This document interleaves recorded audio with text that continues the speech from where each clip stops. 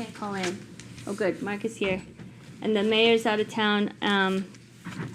So we're looking at the work session, we're gonna go ahead, per Ken's request, we're gonna skip item B today since we don't have everybody.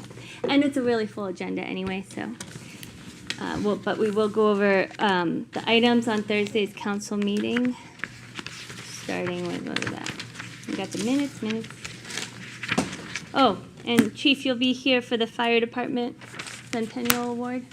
So, yeah, we're actually going to be postponing that. Oh, okay. I was unable to get a hold, well, I'm sorry, got a hold of the personnel that will be coming, and the gentleman who is getting the award is unable to make it. So Oh, okay, sure. We're gonna push that to the next meeting. We will repost tomorrow. That sounds good, thank you. Okay, then, yeah, well, first, before I go over the agenda, are there any changes, suggestions, comments? No? Okay, then we have the consent agenda's minutes, we have new commissioners. And then item 3 will be the start of a long public hearing. The property tax levy. Is this Jen? Is she going to present? Hi, Jen.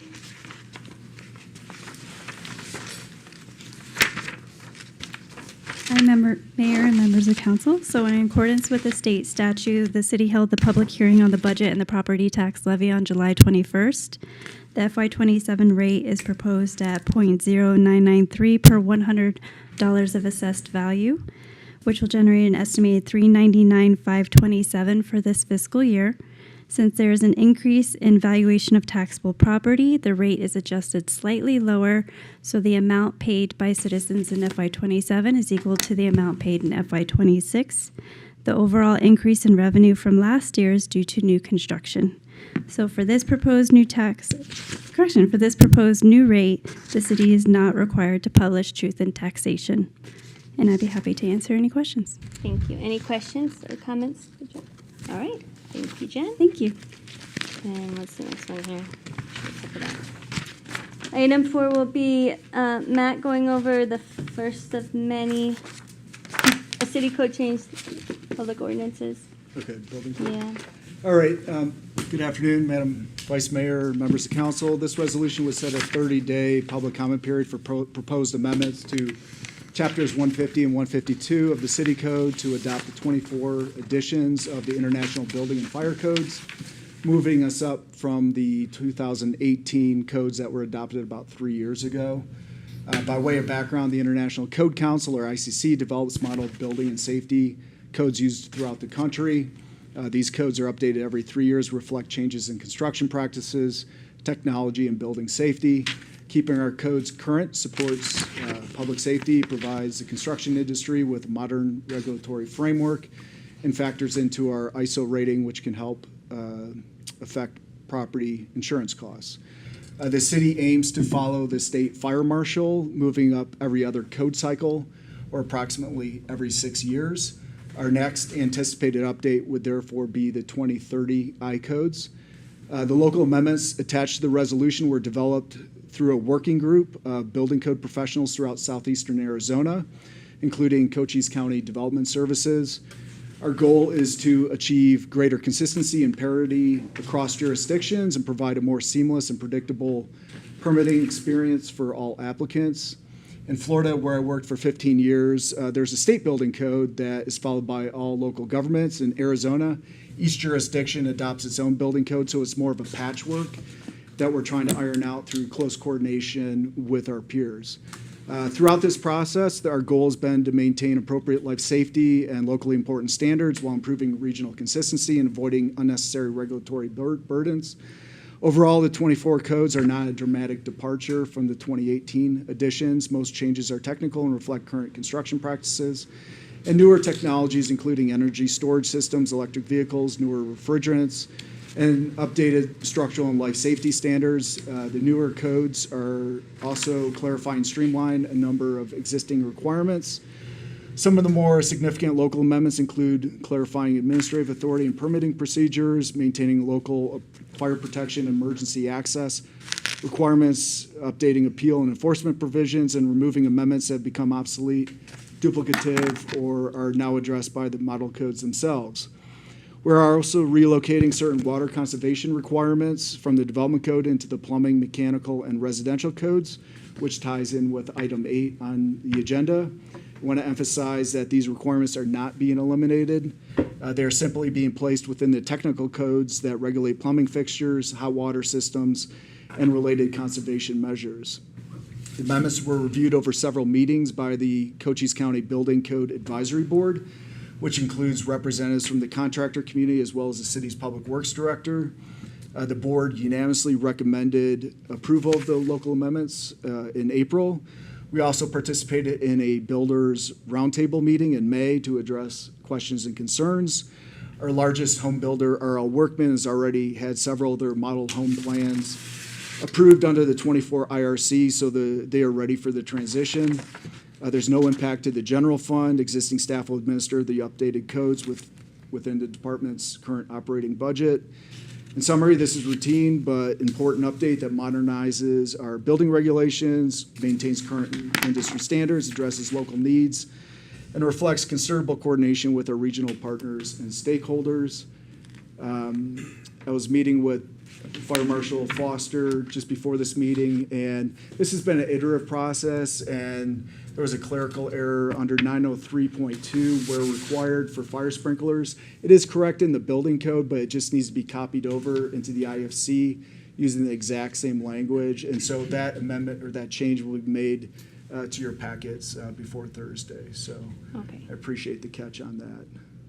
Thank you. Thank you. Any questions for Matt or comments? Go ahead, Ken. Thanks. Hey, Matt, so can you explain again the advisory board that already looked this over? Could you say it, basically kind of say that again?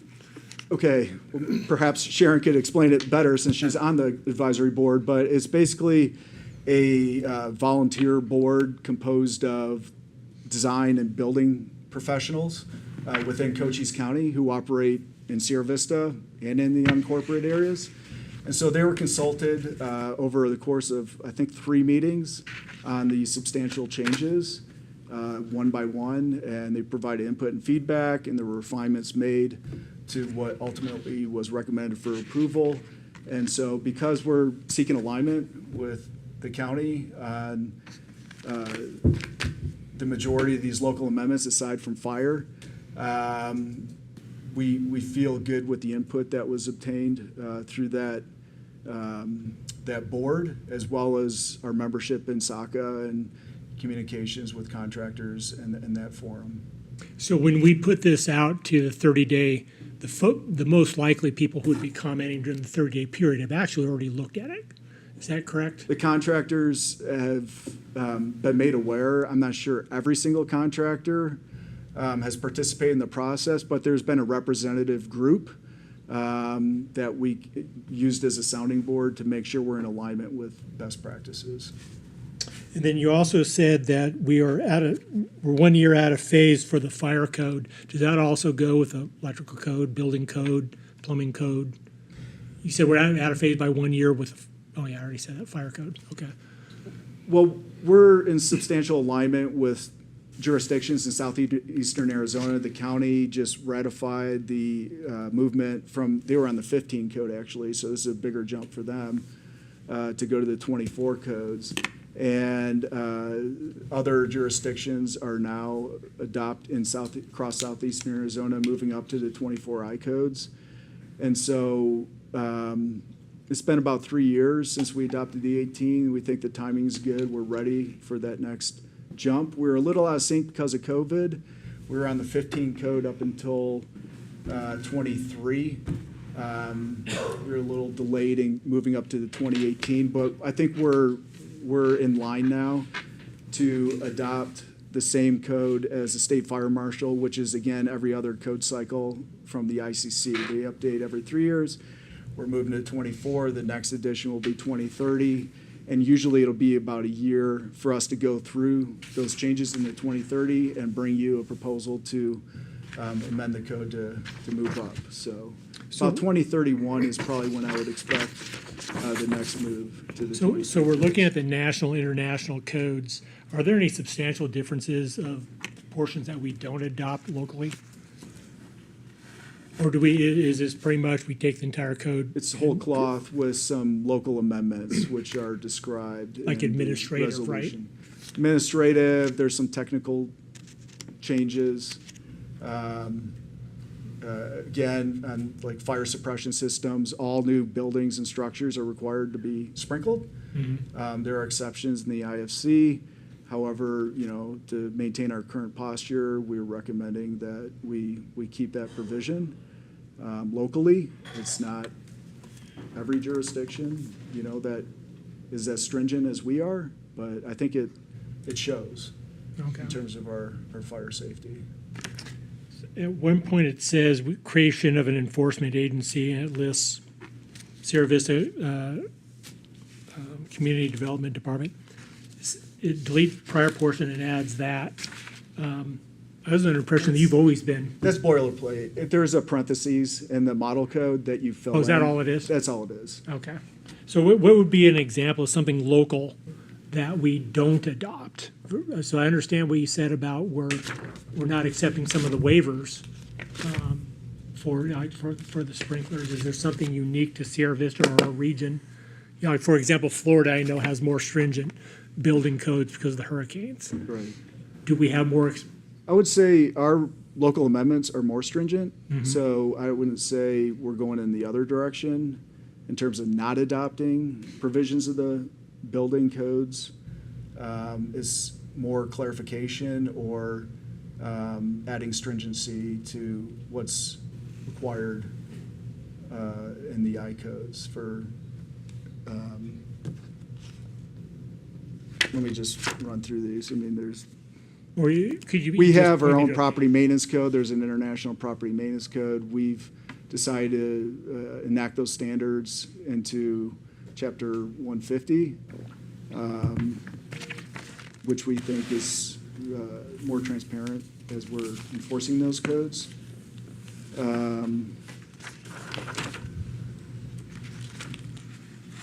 So to get at your question, or the bottom of your question, is there a concern there that we're, What are we doing that's different, and why are we doing it? What's the rationale for us doing it different? I mean, obviously, they're pretty complete codes.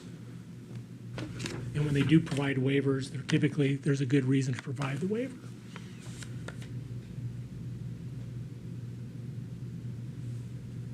a lot of these are geographic in terms of where we, like for wind speed, we're Things like that. calibrating for our location, uplift criteria the same.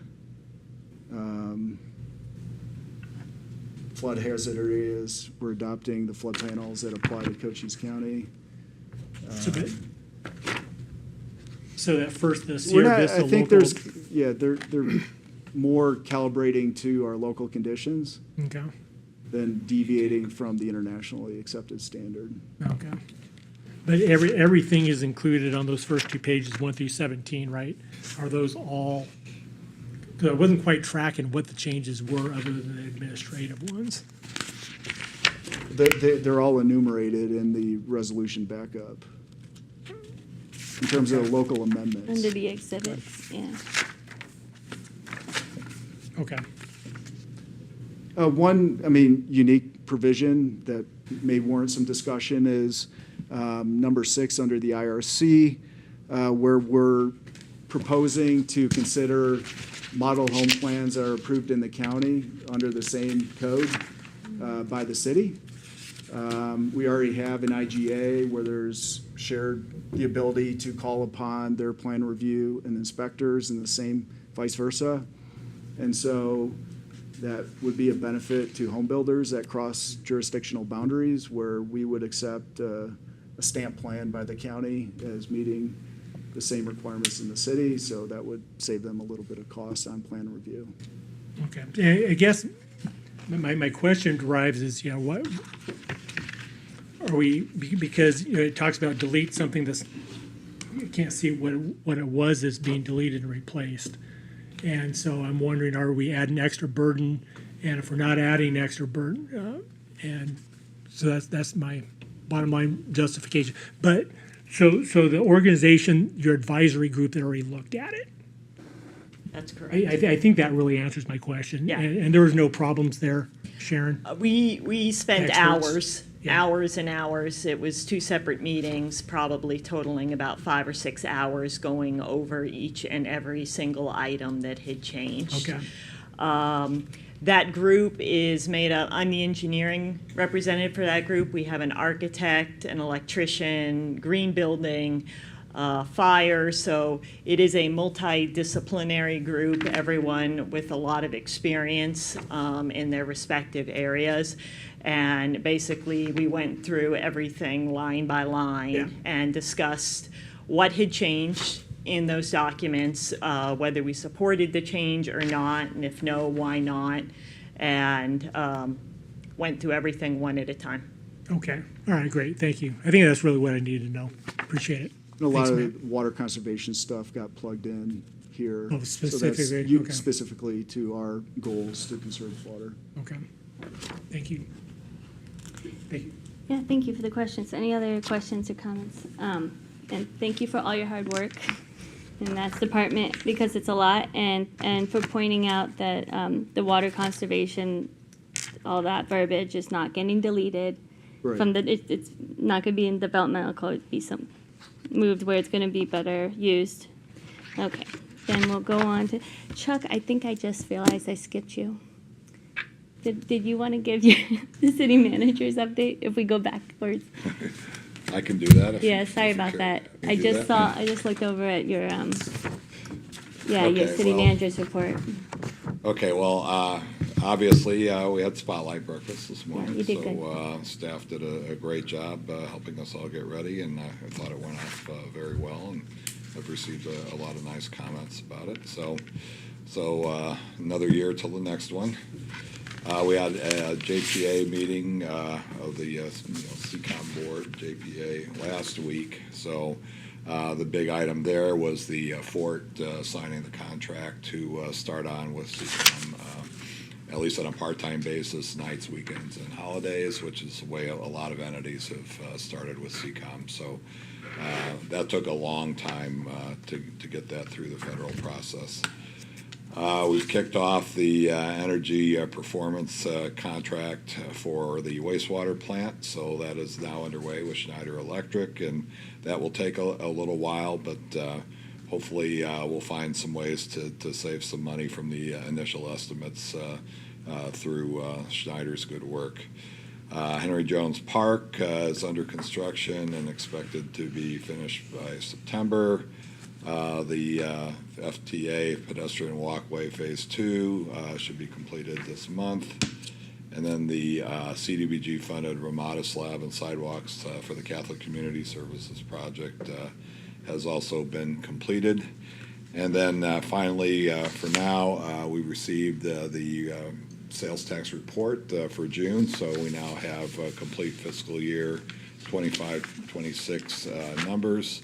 And I'm pleased to report that overall, we finished up over the previous year by $938,000, or 3.44%, which beat our conservative estimates for last year. So we'll see what we have available for next fiscal year and for addition to reserves after the audit is complete on the expenditure side. So, but good news for June, that's for sure.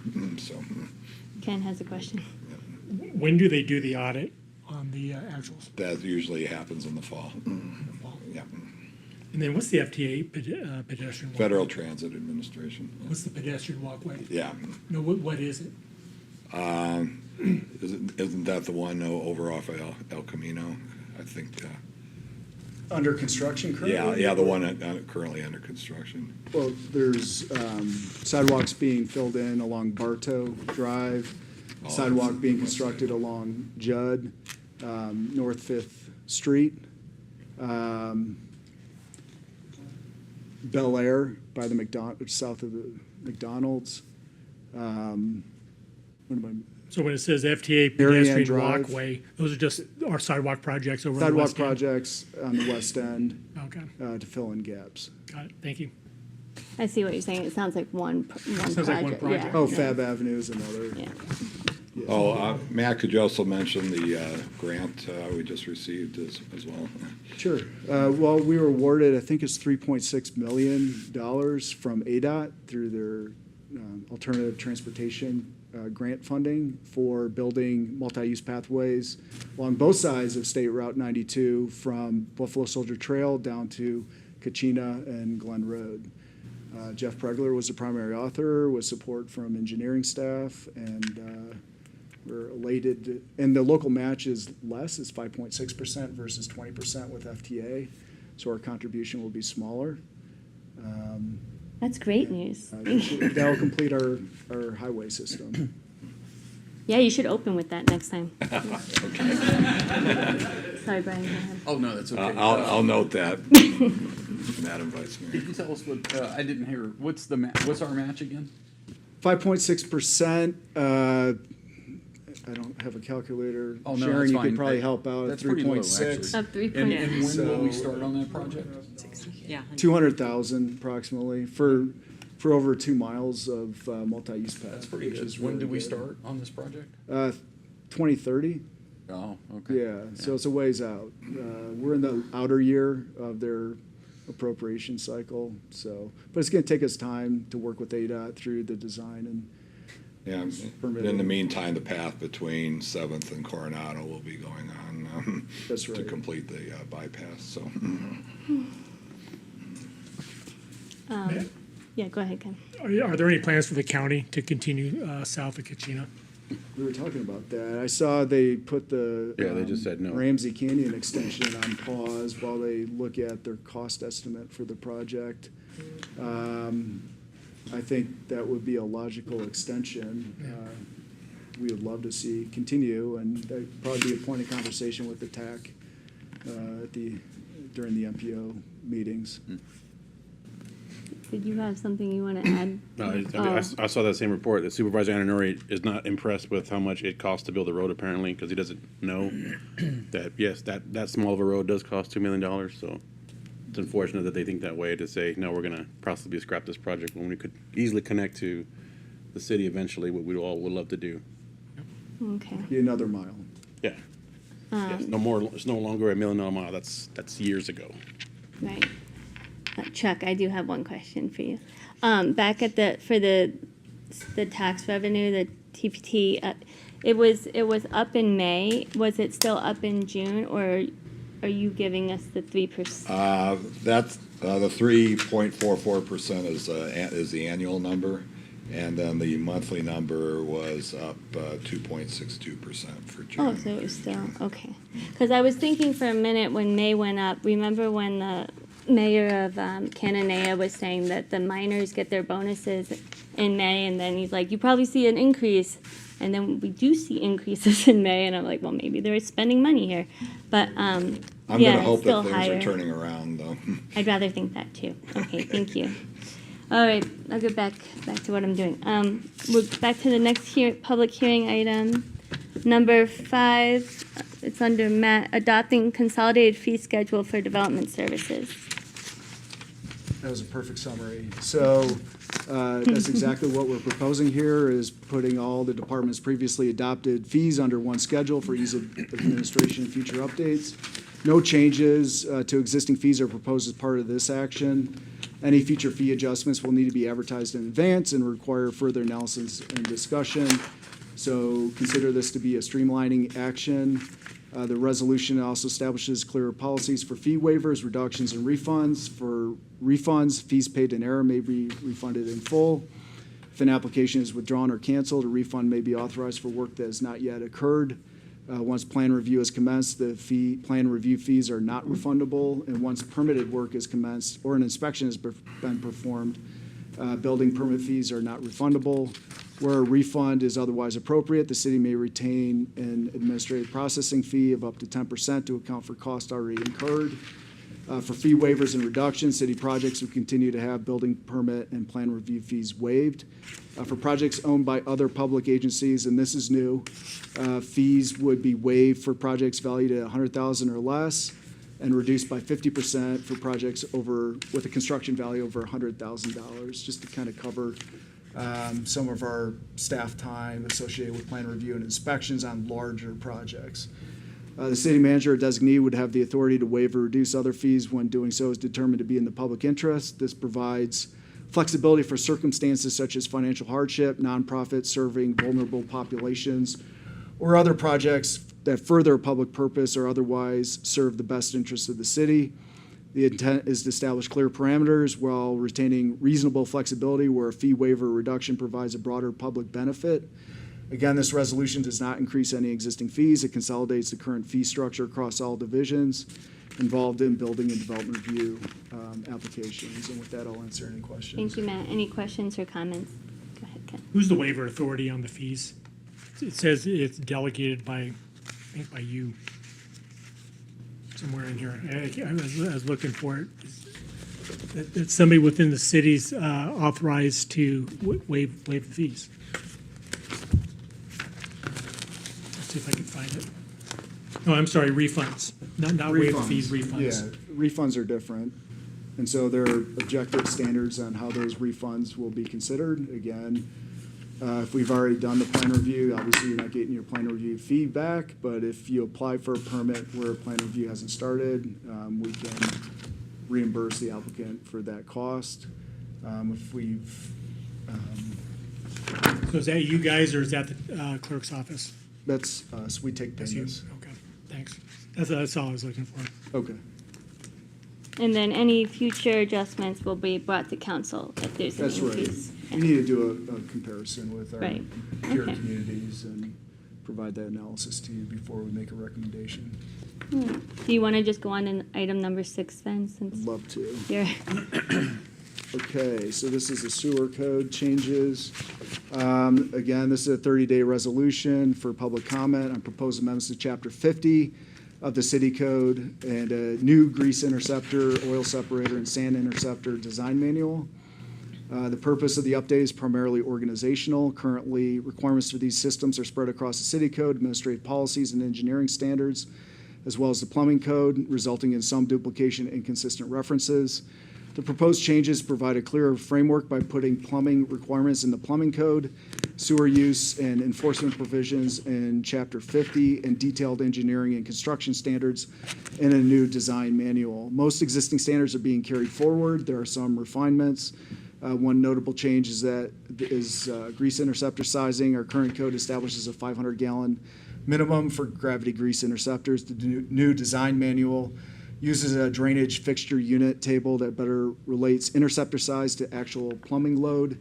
This allows a 300-gallon interceptor for smaller installations of 10 fixture units or less, with progressively larger interceptors required as the plumbing load increases. Overall, the changes consolidate and clarify requirements, provide more objective design standards, and make those standards easier to administer and update in the future. There's no significant financial impact, and the requirements will be continued to be administered by existing staff and resources. Bryce Kirkpatrick, who worked with his team on the design manuals here, if you want to ask any technical questions. yeah, I do have a question for Bryce, I guess. Sorry, oh, you're all the way. Thank you for all the work you did on this. It's very complicated.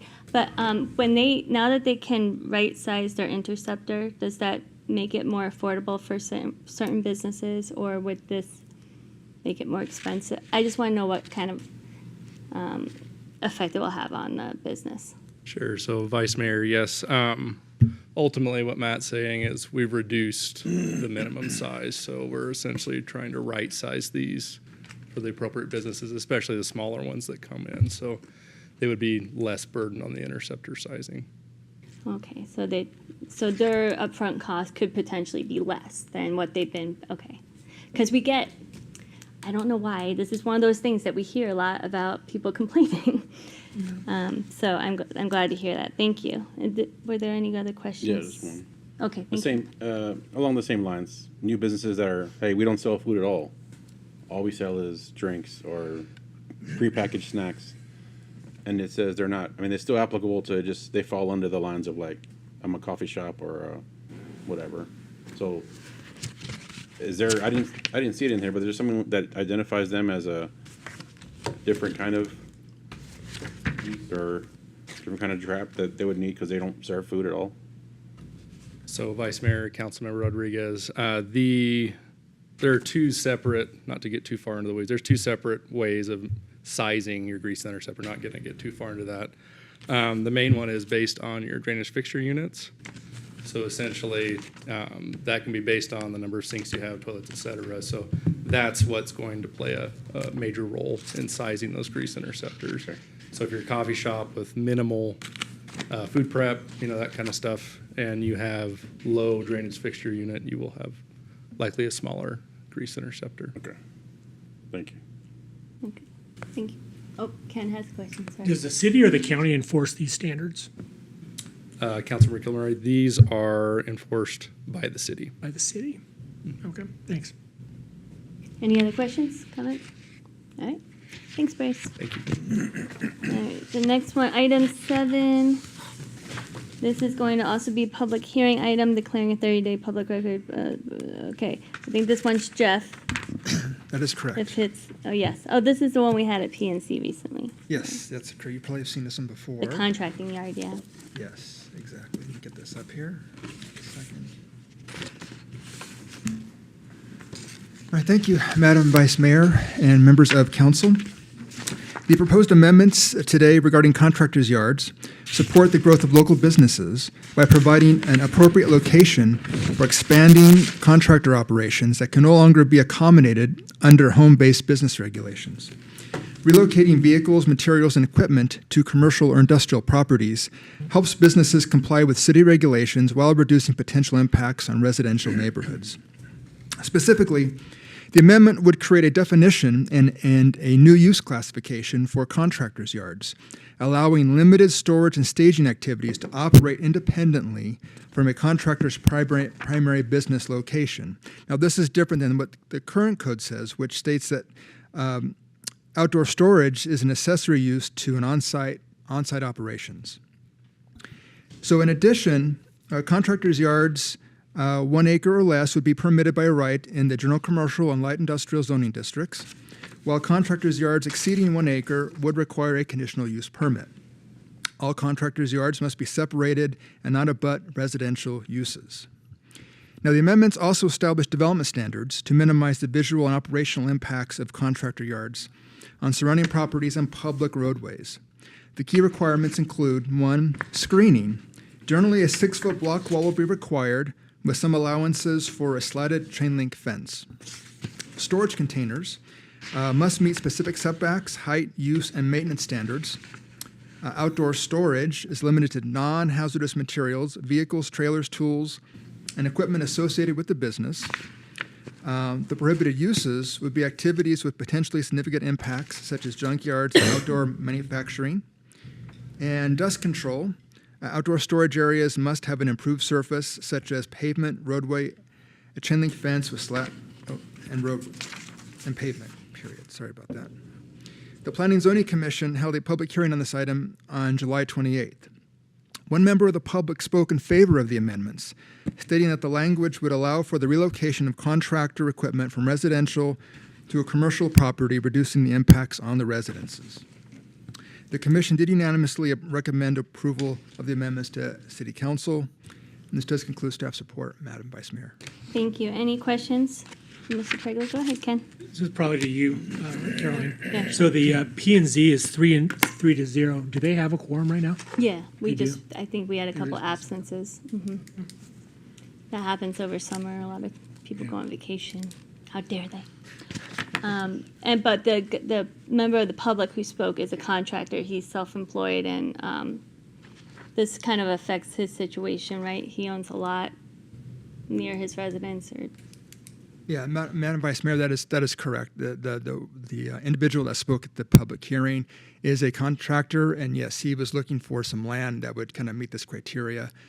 So he definitely has he would be benefited if these amendments were to be approved. Are there any other questions? Okay, thank you. Well, actually, you can just stay there because we have, item 8 is yours too, right? That is correct. Yeah, go ahead. All right, thank you, Madam Vice Mayor and members of council. The city is currently in the process of adopting the 2024 National Building Codes, as Matt had mentioned earlier. As part of this effort, staff is relocating the applicable water conservation requirements from the Development Code to the Plumbing and Mechanical and Residential Codes. This reorganization is intended to consolidate building code-related standards within a single regulatory framework, improve clarity, consistency, and ease of administration. Now, in addition to those sections moving to the building code, the provisions prohibiting grass in the front yards of single-family homes has been relocated as well to the landscape section of the development code and the care of premises section in the property maintenance code. The development code regulates grass in new development, and property maintenance codes enforces the installation of grass on existing residential properties. The grass prohibition for existing homes applies only to grass areas installed after January 24th, 2013, which was the effective date of the regulation. The grass restrictions on golf courses has also been included in the landscape section of the code. The remaining provisions and development standards contained within the article are considered obsolete or duplicative and are proposed for removal from the development code. The Planning and Zoning Commission held a public hearing on this item at their meeting on July 28th. The commission recommended unanimous approval of the amendments. So with the removal of the associated provisions, Article 151.16 will remain in the development code as a reserved section, providing a placeholder for future code amendments and regulatory provisions. This does conclude staff support, Madam Vice Mayor. Thank you. Any questions or comments for Jeff? No? Okay. Thank you so much. All right, now we'll move on to new business. Item 9 is going to be ordinance, codification of code. Jill. Madam Vice Mayor Flowers and members of council, this is our annual formal adoption of ordinances that were passed during fiscal year 25-26 into the official record of the city. This is an administrative process only. It has no bearing on the effectiveness of these ordinances. They became effective 30 days after the date that they were passed, so throughout the year. You will note this time around we did not do a resolution with a 30-day public comment period, primarily because as an administrative process, this is not a referable thing.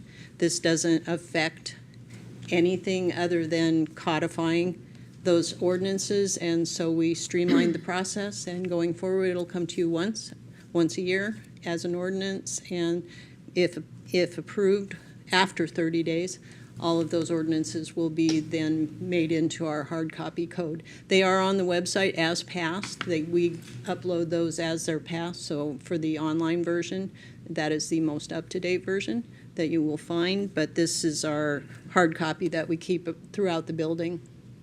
You're talking about American Legal Yes. website? Yeah. Mm-hmm. Okay, that makes sense. Thank you. Any questions for Jill? So is that I'm sorry. Go ahead, Ken. So the 404 fee, that's the fee we pay to them to incorporate our code into their, into the, what was it called? Oh, the 400, the American Legal Publishing website? Yes. Vice Mayor Flowers, Councilman Kilmery, after we do this, we actually have them prepare physical copies, and we've got several sets that we keep throughout the city. The Justice Court has a set, and so that's the cost of the actual publication.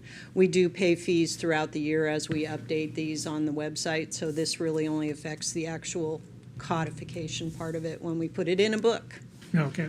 But so this isn't just a fee we pay the organization who maintains our. No, that's an amount that we budget for every year, and we pay them as we update. There's no like monthly service fee or anything like that. It's a one-time as we change it. It's based on changes and things like that. Okay. That's all I got. Okay, thank you. All right, then thank you, Jill. We'll move on to item 10. Ms. Wilson. Thank you, Madam Vice Mayor and members of council. I'm excited to bring forward this resolution, which would dedicate our new outdoor archery range in honor of Gerald T. Busha and name it the Gerald T. Busha Archery Range. Mr. Busha was known to many as Coach, and is still known to many as Coach. He spent more than 17 years teaching, mentoring, and promoting archery in Sierra Vista and the surrounding area. Mr. Busha served in the U.S. Air Force from 1962 to 66, later completed 33 years of civil service with the Department of Defense. After moving to Sierra Vista in 2004, he began coaching locally in 2006 and launched a city-led archery program in 2008. Those classes took place on our softball fields located just behind the Sierra Vista Police Department for many, many years. He led that program for 15 years. He taught youth and adults, mentored future coaches, and helped make archery more accessible in our community. This program continues to run today very successfully, and it's led by one of the coaches that he mentored, and interest is growing rapidly in the sport. His commitment to youth was especially meaningful. He helped sponsor more than 45 young archers to compete in the Vegas Shoot, the world's largest annual archery event. We had many people, many of our kids from the community medal in that as well. At the time of his retirement in 2023, he was one of only 3 USA Archery Level 4 coaches in the state of Arizona. This dedication would recognize not just a coach, but someone who helped build a strong community program, expanded access to the sport, and invested in young people for many years. Naming the range in Mr. Busha's honor is an appropriate way to reflect the values of his service, generosity, and community. The Parks and Recreation Commission unanimously recommend approval, and on their behalf, I would respectfully ask for your support of this resolution as well. And that concludes the report, and I'd be happy to answer any questions. Thank you, Ms. Wilson. Any questions for, go ahead, Ken. Are we going to have a formal ribbon? We already had a ribbon cutting for the facility, right? Thank you for the question, Councilmember Kilmore. No, we haven't. Okay. And so we would like to plan something special for that to coincide with the dedication. Okay. At the same time. Thanks. That's a good question. Yeah. And I want to thank Berlinda for bringing it to the, she's been faithfully serving on Parks and Rec, and this was a great idea. And aside, this morning she did a great job when she spoke to the 2040 plan in that video at the Spotlight Breakfast. So I want to give her a shout out, even though she's not here. Hopefully she hears that.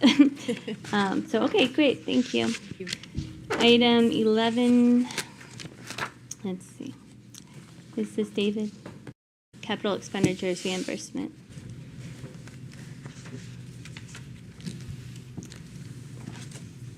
Mayor, members of council, this is our standard annual reimbursement resolution that we do at the beginning of every year.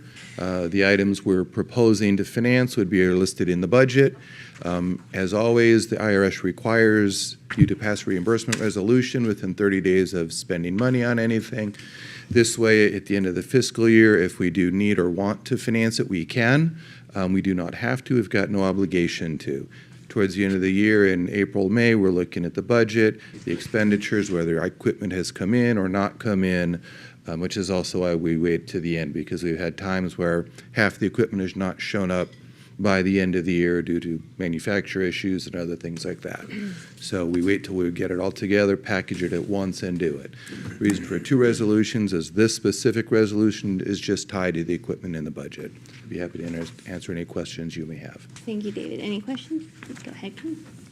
Hey, David, so the sewer fund, the truck, the auto sampler, we financed that from the HERF fund, so are we borrowing from the HERF fund and now we're paying it back?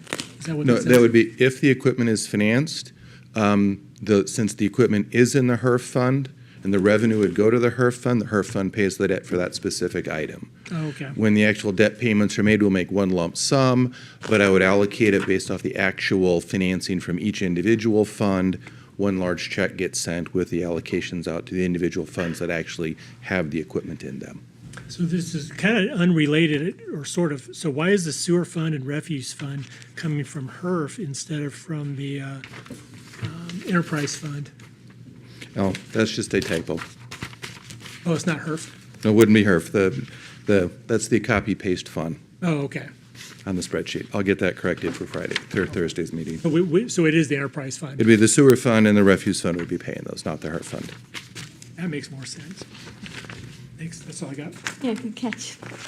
Okay, and any other comments, questions? No? Okay, then, you want to just do item 12? Sure. Same, yeah. Again, this is the same type of thing. This is for the improvements at the golf course. As you know, there's multiple improvements going on at the same time, and I just used the current budgeted amount to cover for this fiscal year. We may finance it this year, we may wait till the following year, because we also have going on the sewer treatment plant, which will need to be obviously financed at that large dollar, and any other items that come along, depending on, there's a lot of things in the air right now. We know there's questions on Rothery, we know there's other capital projects that may need to get done, including any bond issue.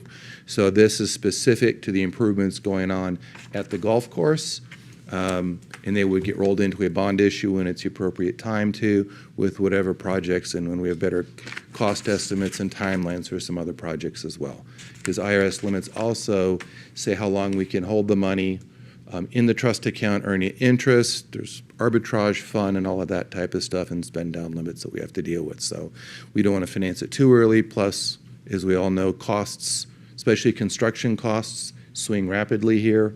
So we don't want to go on a guesstimate and then be short, or on the other side, waste money by way over budgeting and getting too much on a bond issue. So when all is said and done, we'll put it together. But since this project is starting here within, really close, we want to get this reimbursement resolution done for the specific project. Okay. Any questions or comments? Go ahead. Ken. So we don't have a schedule or an appendix on this one, so what are we talking about? Well, it's in the resolution itself, $5.3 million. 5.3 million? 5.3 is this piece of the project. If we do other projects, when we put the other projects together, the cost estimate would be included in there as well. For the sewer plant, for instance, depending on what they come back with, that would be in that resolution. Rothery, depending on if that were to go and were to be purchased and that leased, whatever the final negotiation was, that would be in that specific amount as well. The equipment one is because it crosses multiple funds, and we're just calling out the individual funds related to it. I think we had it for 5.8. Oh, 5.8, okay. Oh, okay. Yeah. Yeah. I missed that, thanks. Any other questions? No? Okay, thanks, David. What is Mr. Selenia on the? He is. Okay, great. Then item 13 is an IDA issuance of an IDA bond for Authority Water Sewer Utility Capital Appreciation Revenue Bond Series 2026 for East Lake Houston Management District Texas project. Oh, that's why I don't see him. My screen's off. Duh. Uh-oh. Yeah, sorry. Madam Go Vice ahead. Mayor, members of the City Council, can you hear me? Yes. Thank you. Thank you for allowing me to appear remotely today at your work session. I know Dimitri will be in attendance on Thursday, and I will be remote again. The resolution before you from the Sierra Vista IDA relates to a revenue bond issue for the financing or refinancing of certain public infrastructure for sewage or water treatment plants outside Houston, Texas. RBM Morgan Group, as agent for 7 different developers who are within this district, have requested the issuance of revenue bonds in an amount not to exceed $60 million value at issuance, $85 million value at maturity. Again, these bond proceeds will be used to pay construction, acquisition, improvement, and equipment of water, sewer, and other related public improvements for the benefit of East Lake Houston Management District. That district will then issue bonds to take out these IDA bonds after the construction has been completed. The bonds will not have an investment grade, but will be publicly sold by South State Securities and municipal capital markets only to qualified institutional buyers or accredited investors. The odd way the description of the amounts are is because these are capital appreciation bonds for which interest accrues but is only paid upon set dates. And that means that they don't pay interest as the construction is going on, only when the bonds are refunded. As a reminder, out-of-state financings are allowed under the IDA statutes if there is a benefit to be found within the state, And the benefit here as determined by the IDA is the fees paid to the IDA for the IDA's costs and work within economic development within the city. And again, the Sierra Vista IDA is a separate nonprofit corporation from the city, but it requires the city council to approve the proceedings of the IDA for its bond issues. And as always, the bonds are not a pledge of the credit of either the Sierra Vista IDA or the city. They are the sole obligation of the developers that are borrowing the money. And under the IDA statute, there is no financial obligation by the city or by the IDA for these bonds. And I'm happy to answer any questions. Thank you, Mr. Selenia. Any more questions? Go ahead, Ken. How much of a fee does our IDA collect on this? Vice Mayor Flowers, Councilmember Kilmurray, they have already collected a $35,000 application fee. There will be an upfront fee paid. We estimate it'll be based on the amount that is actually issued, because what we are giving you is a not to exceed amount. We anticipate it'll be about an $80,000 fee paid up front, and then there will be an annual fee in addition. That's how much money our IDA collects? Correct. Okay. And is there anything controversial with this, that Texas would be reaching out all the way to Arizona to approve this bond? No, what happened is this group had been, there is a different, what's considered a national IDA, and remember, IDAs in Arizona can issue within the state or without the state. But there was a arrangement with a number of Texas financing where, with an entity called the Public Finance Authority in Wisconsin, they entered into an exclusive arrangement with one underwriter and one bond counsel, and these people are not aligned with those people. So we have a different underwriter and a different bond counsel. So they have come to us to arrange this, and my anticipation is that you will see more of these because they had quite a large market out there. Thank you. Okay, thank you for the questions. Thank you. We'll see you on Thursday, Mr. Selenia. Very good. Thank you. Have a good day. You too.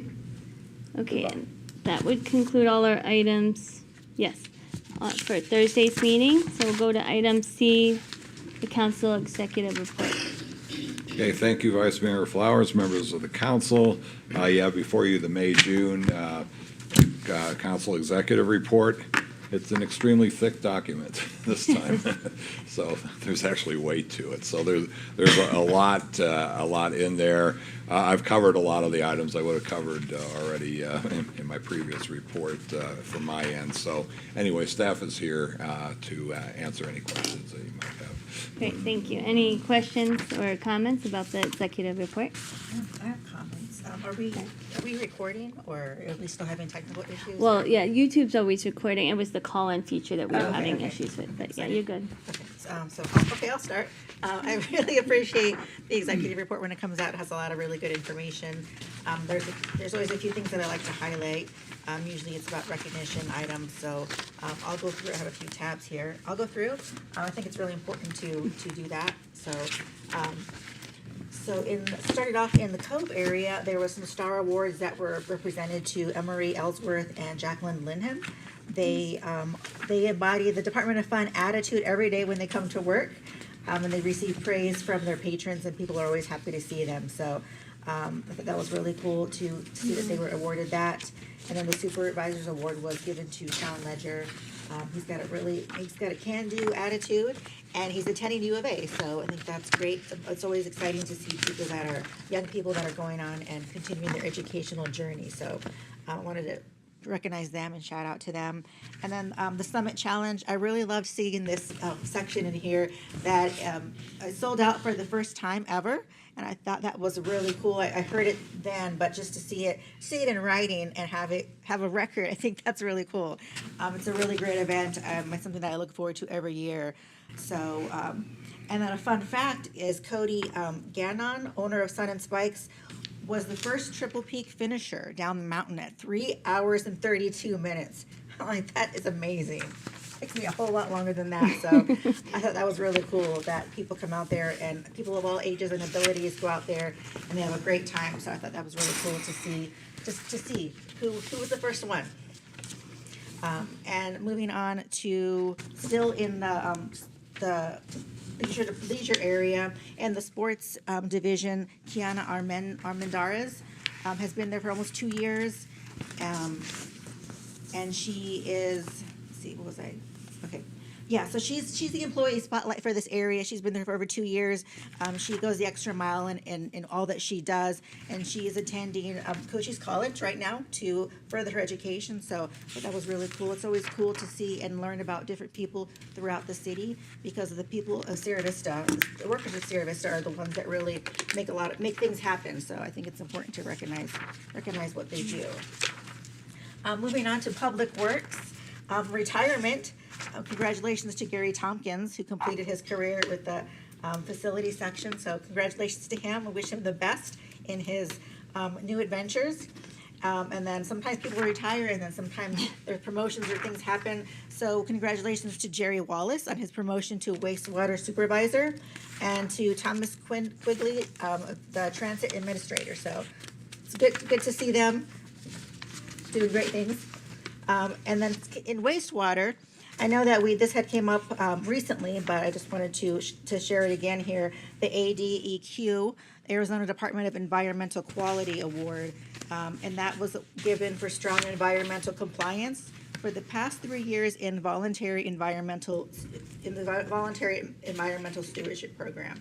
So I think that's really cool. One of the things that sometimes I think we kind of take for granted is to have clean water. If we didn't have clean water, or if we didn't have people taking our refuse, I think that Sierra Vista would not be a great place. So thank you to them and all that they do, and especially when things are done voluntarily to make things better. I think that's super important. So I wanted to shout that out. And then in human resources, we have Jasmine Saavedra, who's new here, and I know she came by last time and said hey to everybody. So it was great to meet her and welcoming her on board. And then accomplishments. I thought this was really great to see this. Our Miss Kenny Downing achieved her SHRM CP certification, which is Society for Human Resource Management Certified Professional, which is the national standard for human resource professionals. So I thought that was really cool. When I was doing some of my coursework a while back, we had that big old huge book. So I can't imagine having to go through that and get all that for the certification. So I think that's really cool. So congratulations on that, and we're really happy to have you here getting after it. So thank you. I still got a few more tabs, so. Yeah, take your time. Okay. So let me go on into our police department area. So in here we got some statewide recognition for DUI enforcement. So 2 officers were recognized at the state level as skilled drug recognition experts. And that is a certification that requires high proficiency benchmarks to maintain. So officers Paul Clark and Corporal Tony Chavez received that. And one of the fun facts is that only 4 officers in Arizona have achieved this benchmark in DRE performance. So 4 in Arizona. So that was really cool to see. So congratulations to them, and we're very happy that they're here in Sierra Vista with us. And then one of the last things I wanted to point out, which happened earlier this year, the SVPD held its award banquet. And I know that the winners were announced there and announced other places, but it's here in the executive report. So I wanted to just share their names right now today. For Volunteer of the Year, Diane Connors. Citizen of the Year, Dion Ethel. Client Service Award, Officer Ricardo Ruacalba. Citizen of the Year, Civilian of the Year, CSO Amber Laring. Citizen of the Year, Alternate Holly Sheriff. Field Training Officer of the Year, Corporal Tony Chavez. Supervisor of the Year, Megan Sariñana. Rising Star Award, Officer Alexis Thompson. Rising Star Award Alternate, Officer Tristan Melton. Officer of the Year, Officer Monica Luna Gutierrez. And Officer of the Year Alternate is Officer Brandon Simpson.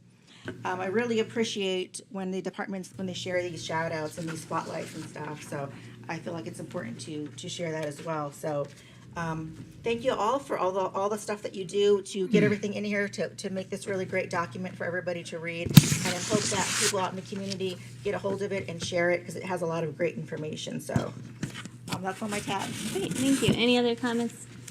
I mean, she covered most Usually of them, but you. I have a Okay. few. Yeah, go ahead. I just wanted to point out there's a lot of things the city does that, offers trips, things like that.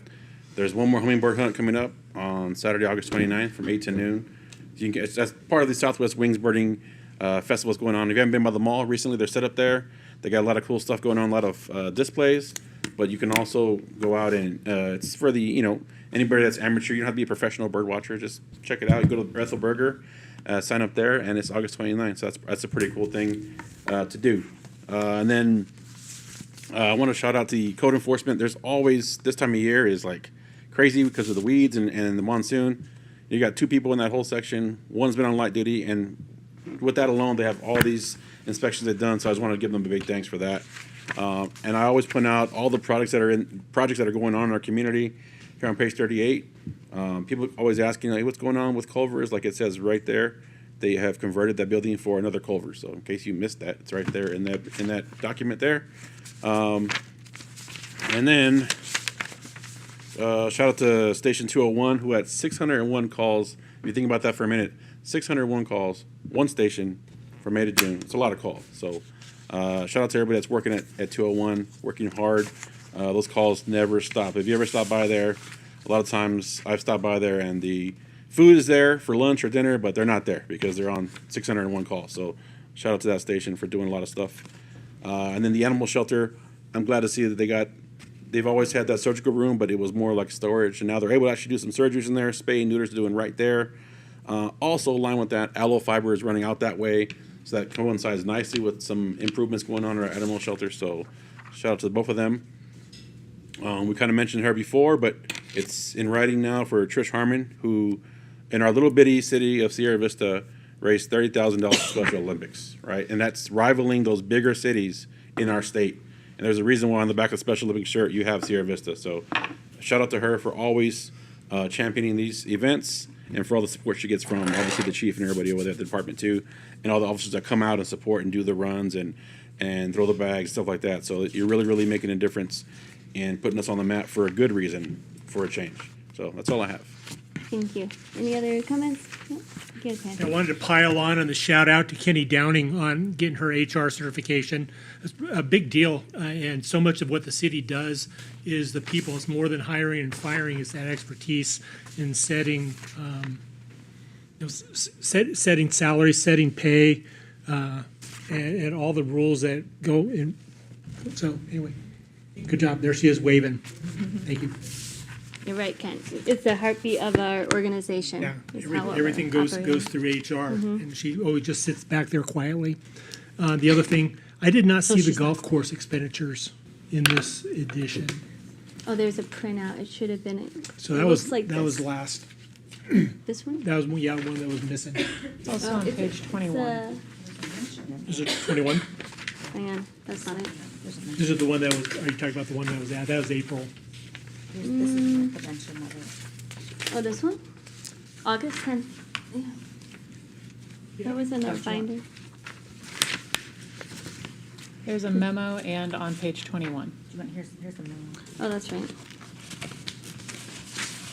Okay, so we don't have any water. We don't have any. I did miss this. So this is the just what we paid for the driving range. So water expenses, the revenue from the vendor, all those expenses. My understanding was project expenses, not all expenses. I was thinking all expenses. Money in, money out, so we can see how much the golf course is costing or not costing. Okay, we'll take a look. All right, thank you. That's all I have. Okay, thank you. All right, then we'll move on to item D, report on recent trips, meetings, and future meetings. Well, many of us, if not all of us, are going next week. Are you No, going to be not going to going. league? Okay, not Ken. But Brian's going next week to League Cities and Towns League Conference. Will you be? Oh. All right, well, Is that so why we're some of can- us will be Is that going. why we're canceling the meeting? That is one of, yeah, that's the reason, that this one's a little bit longer. Get all in on this. Because it's not just, there's staff that also participates in that, yeah. Okay, and, were there any other recent, Hawaii? And then we have item E, future discussion items and council requests. Thank you, Vice Mayor Flowers. Right now, I'm only tracking moving the discussion on the publication of council votes to the next meeting. Right, okay. Thank you. Anything else? Mark? I just want to thank, I had asked previously because I had seen the water fountain situation at the park. We were going back and forth. It was old, it got replaced. It's a brand new fountain. You can fill the bottles. There was a line strike associated with Allo. Now the water doesn't work, so Greg Deuce is working on it. So I appreciate them getting on that because it's important that our kids that are out there at the skate park have at least a water fountain close by. So super important we get that done. So thanks for looking into that, figuring out where the line was broke and how to get it fixed. So I think Brett's going to do trenching, it sounds like. So thank you for doing that because I think it's just little things like that are important. Water in Arizona, if you're out there on a hot day, it's important. So I appreciate that, and I would like to keep updated on where we're at with that. Thank you, Mark. All right. Anything else? No? All right, then we're all done for today. Meeting's adjourned. Thank you.